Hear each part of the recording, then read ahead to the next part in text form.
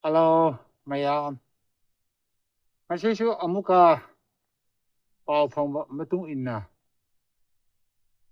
Eni sukitang amuka parya mayamda. Sangdersu wachi kitang pungduk. Ahan bada aining ba ma. Kuy ta ina uruwa. Kuy rabara kadungay uibara madudi ay tambang amdo. Nung sumhay ba sida iunelef naharul sing se thokido bagi parya. Ima ibin sing hai sira mera paibi sing hai sira. Makoy khamba si yengbada makoy hena ay sina pi taramani maramdi makoy duna thuudi ku kila kani sini makoy na ki masikan bada ima bir singi wa khando mata singnan khulai pai daga uniform wa lebada makoy do awabado pot thai haba makoy na madu do mafam do anamaga thukido bodo makoy na madu tabada nupi singi kamushiyam chaayba lamay chakpagum na chaayba aduna makoy thukpada makoy na khamaga kappado yengda ay pausu pi taayba asinida taibong mise haina khanbada talle nungaiti hana chingtam machin manaw haina rambado hui sin hoina haibada hui pise refugee ne refugee ordi karigino aduk kiribado ichin na uringeda kuki chalaga mete yum da chakta nai luin makti na tem ko nungsin ba yam le hai ba ihoi yam ba thangmei banda maru oma le ha ba makhoi ni nungsin ba si angak khunda la pa kanda yang pupi a manung da tektor thora kani lakani yam nungai ni li khamo hui ti ja na dre aduna ngasai ubado yengbada nupi singna imai bin singna naharo singdo khamane asomda center force na mukatan thuki do taino madudi mafam rang khangdre aroi bada tergias to kapshil haba adu manda naharo singdo gari de tumada kumo na chinga kapado yengbada hp taya adu mangai ne kuki su masi irang se thok to ba udi masi su ene su yengoy ene uruba irang du su le ron hui a center de gi lakpa mayang na ikoi meiti ku ki isina tong khu rong me mayam su da power pai da ikoi si da pa ma ga li chain phuwa ikoi ineng tam da ikoi apam ba do ning thung ba ya na ba kan na hu na ba da terge sta bu su yam le kari ka na bra me si je hey sur bu ngom ikoi manipur se pu mang khala kayam haibasu amuka hanna manipur se simba yara wai duba phigam de leire haiba masi khanbasida unlf singdo mokoi do nong sumdagi thuk do bodo kayam pamu khre imai bin sing mera pai bi sing kappaga as yengmada yam shi haiba aduga unlf ki naharu dusu makki tai haiba madu yengmada yam nungai adu khulai pa angang sina nung makuki ga lan su no amuka sigi dawriba aduga hui pamuri ba singduna kap ki do masi mi hat pagi lan le rak pasi asum khan no sida e hui ex cm biren sida edi ena saw bu si kari han ta se ne haye ena saw bu si angapani oiso ena to bu ya bu pu na te nungai te da ko mathang da amuka ta bu na karino no pa do maming su khangre mayum da phamaga masina natraga arambai sung nataba ngausinaba apaw bu sa bising ugidra di khangde anda kise masi se asmai na to robadi mana haiba matung ina hada ke ko metiga anaga se pullaga kuki se hat ki do bi huna sim sa ho di Masih irasa sum sagat pa sum sagat la di hai. Adu mana hai betul tu mana kang deh. Sagat la abadi nete. Ing thana bakan no hut nari. Sagat kharab ne ha. Ni kayam shina ba. Kuki ga mai te lan suk no ba kuki yum. Kayam thadu abra lising taruk umba yum na kun na chamanga chatruk thadu khre. Adu do saugat ringai da hai ba. Saugat pane. Thana ba hu shi khan mane hai ba. Ai na khan ba mana khan ba tara din. Irang se tuk do bana. Adu do peace to thigi do batare de. Manipur na kare hai do ba meditation. Kuki gi emulation do ko. Ikoi na toram ba do pum soi soi re. Na khoi na su to ba asui ba le ngani. Ha na gi gum na khoi na chami na ga thak mi na le ni se hai na pai na ta na bo o di phado. Adu na tan na he na plan do sim ba do da ko mai na phado bu no mi.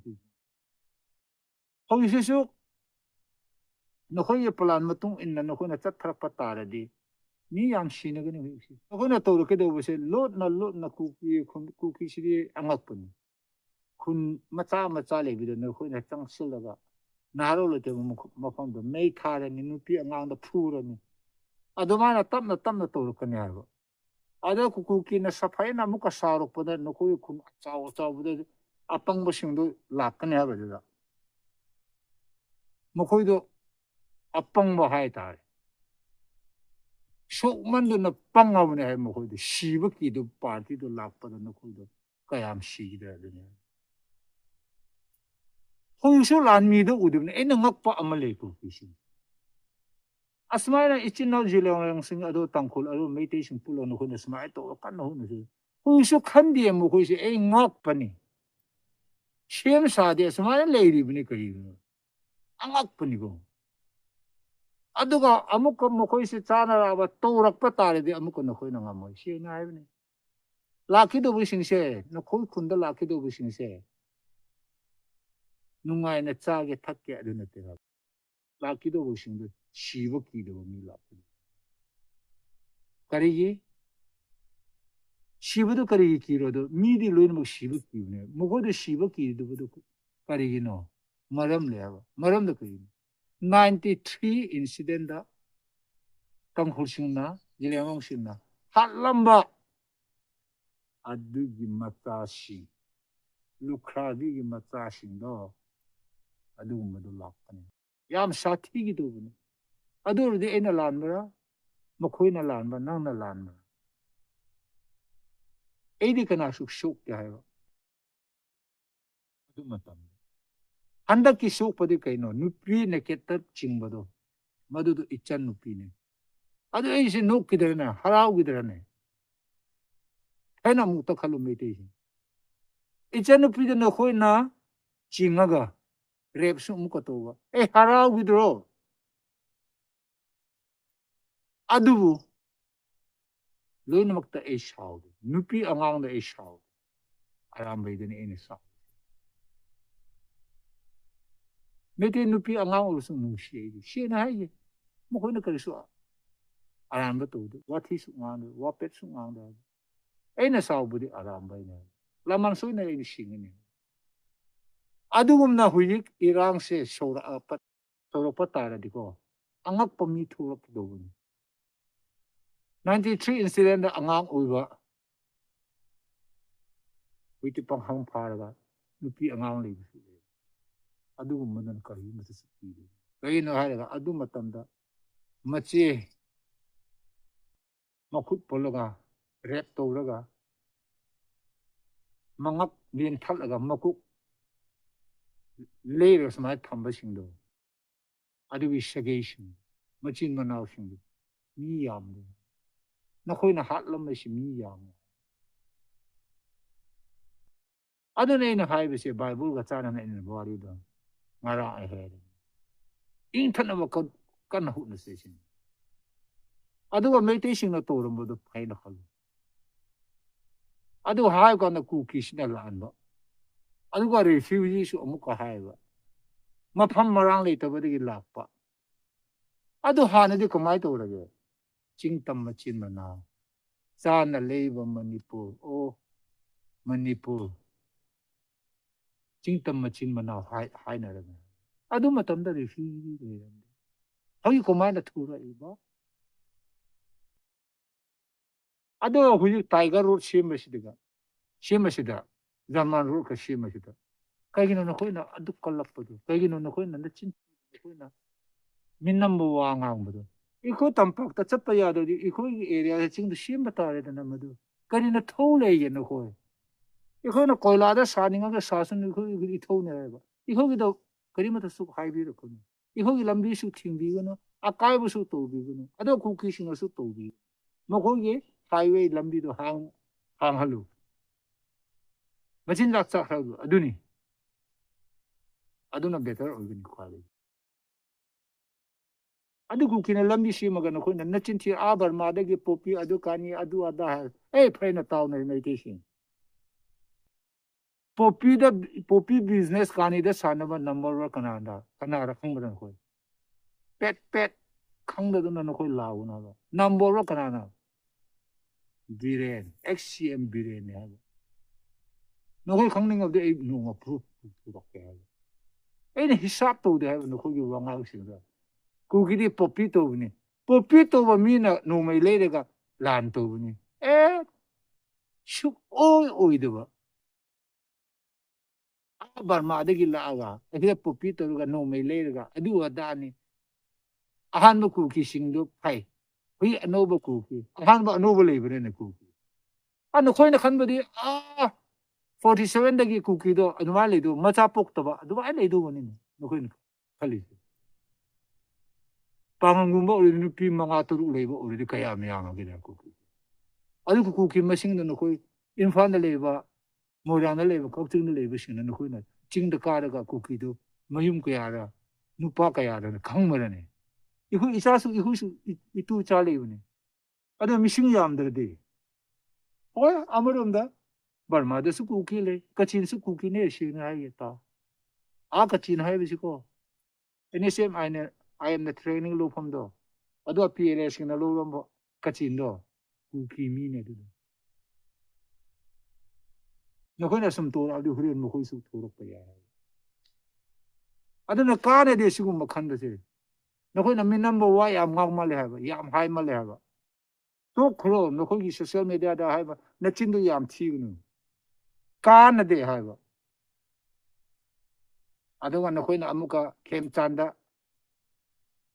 wa thi wa pa nga ngau se chum ma le ne no ko no ko ai shin kak sa du na shi ma da no ko na do wa na chin thi ba wa ngang mo no ko ai shin oi ta re no ko na pa ma de hui se kem jan sin na ku ki sing se shi na ma ta to de ma shi ni a chum ba shi adu ne no ko na pa mi hui se army su tha ge do ba apam pam ba da atang khul area de di tha roi do ba ku ki khung ta da tha do ba adu ko a kana ra no ko in pi ok te ba sing de na ha yengo hui ku ki sing se yengo hui se mo ko se no ngai de ba ni mo ko se ma shi ne no ko to mi mu se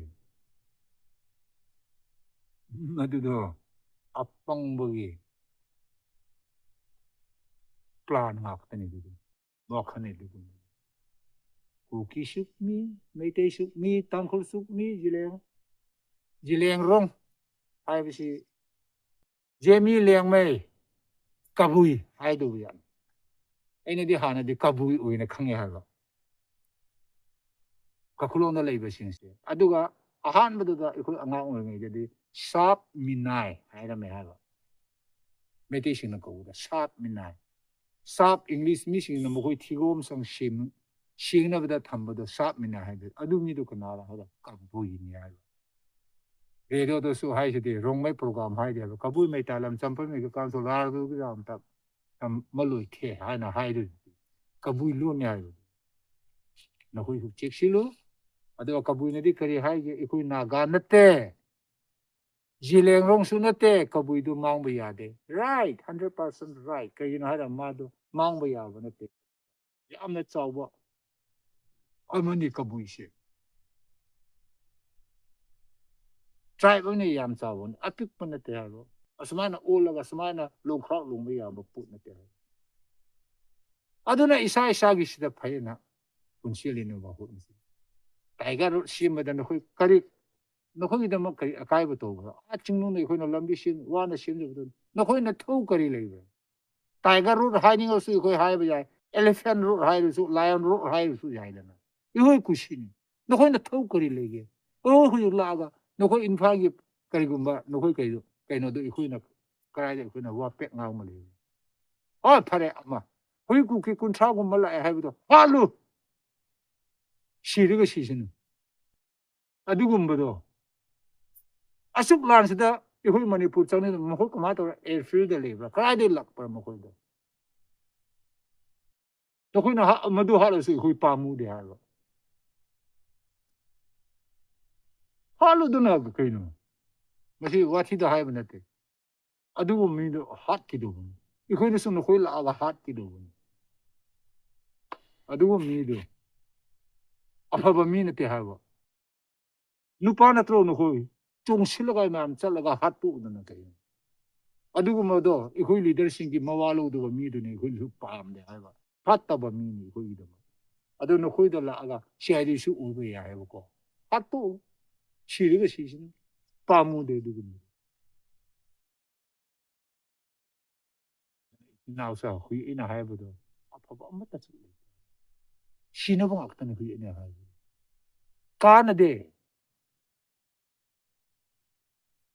ai sin na chumi hai de phau ko na ga su cha na ko ai na soi bu do so as na te da itaw na tra ga sha ai na ma du to bu do la la me na ngak ti hai de ama da ni su adu to bu do ma do peace to thoi ti do bu peace ai be da amma nit sil la hat ki do power dictator power da mi da peace to na bu do suk le le to suk o do bu ni no khoi na khoi Manipur kai ba yaro kai ro bane shem ba yaro Manipur shem she hayo kai ba yaro kai ro bane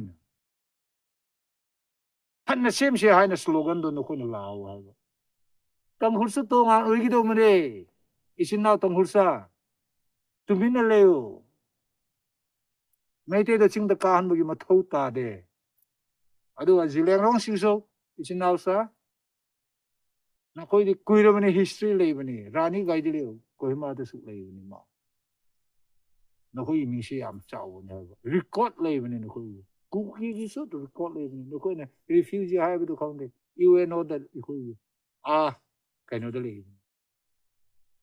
state su phao le bane khong mo de na koi na sida wa pe nga ga pe refugee adu ada hai ro ka na gi do bus na te oi ro do ba wa nga ga ma tha sa na ba kuk sa na ba Chinman pat na ba ka na de ba adu he na apa ashing ba washing Chinman na tho ga nu shi na bu na ka ya mi ma pun si shi no na sim se ba hui she le sha sing pa khang sing si yong ba na nu na ma pun si mo hui se shi na de ba wi na hui gwa ti sa pe ya na sa pe ya xian pai ba sing de airplane da pa ayam ba chap ya dre super de su tung ba ya dre mei te na hek tung ba pang du su mang mei te di su mang adu bu chin jak tu di nem sa ga ma pu ru ba na kha de ha bu su nu ngai te du adu pa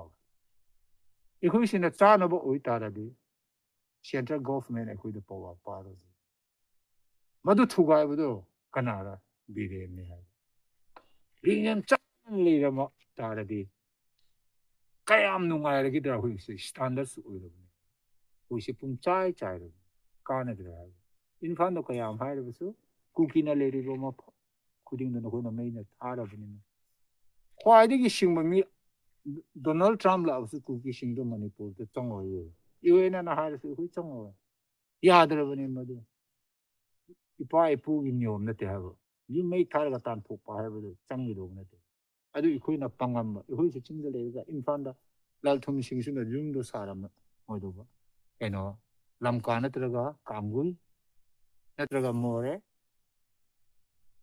adu da saram gi do ba ikhoi na la lam ba wi ti mi kap thu ko usu isa labdale si chinthiro si minamba wangong si kano nung sinisi machine da ngasi ina hanin adung ngasai inu pa do na haibo in uda masi se iraw se sum kalak kido batara di meitei ga kaino se shim sa do di yaro ro shim sa do di nu hui hana di mi chang chang aga tak na ro bani ne mi shi na ro bani madu fa usu haibo khang haido ba khang da ba nang na du ma wari li nang ipang pang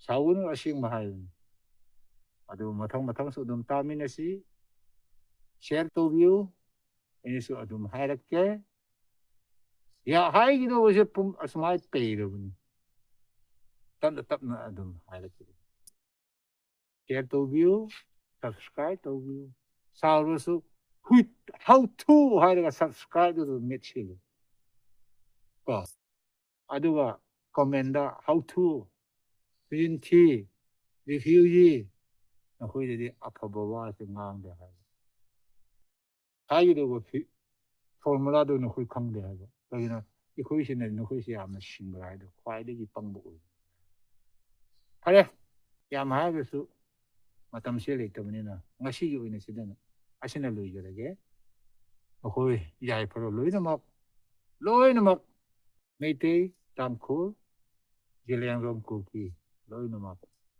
야이 프로 바이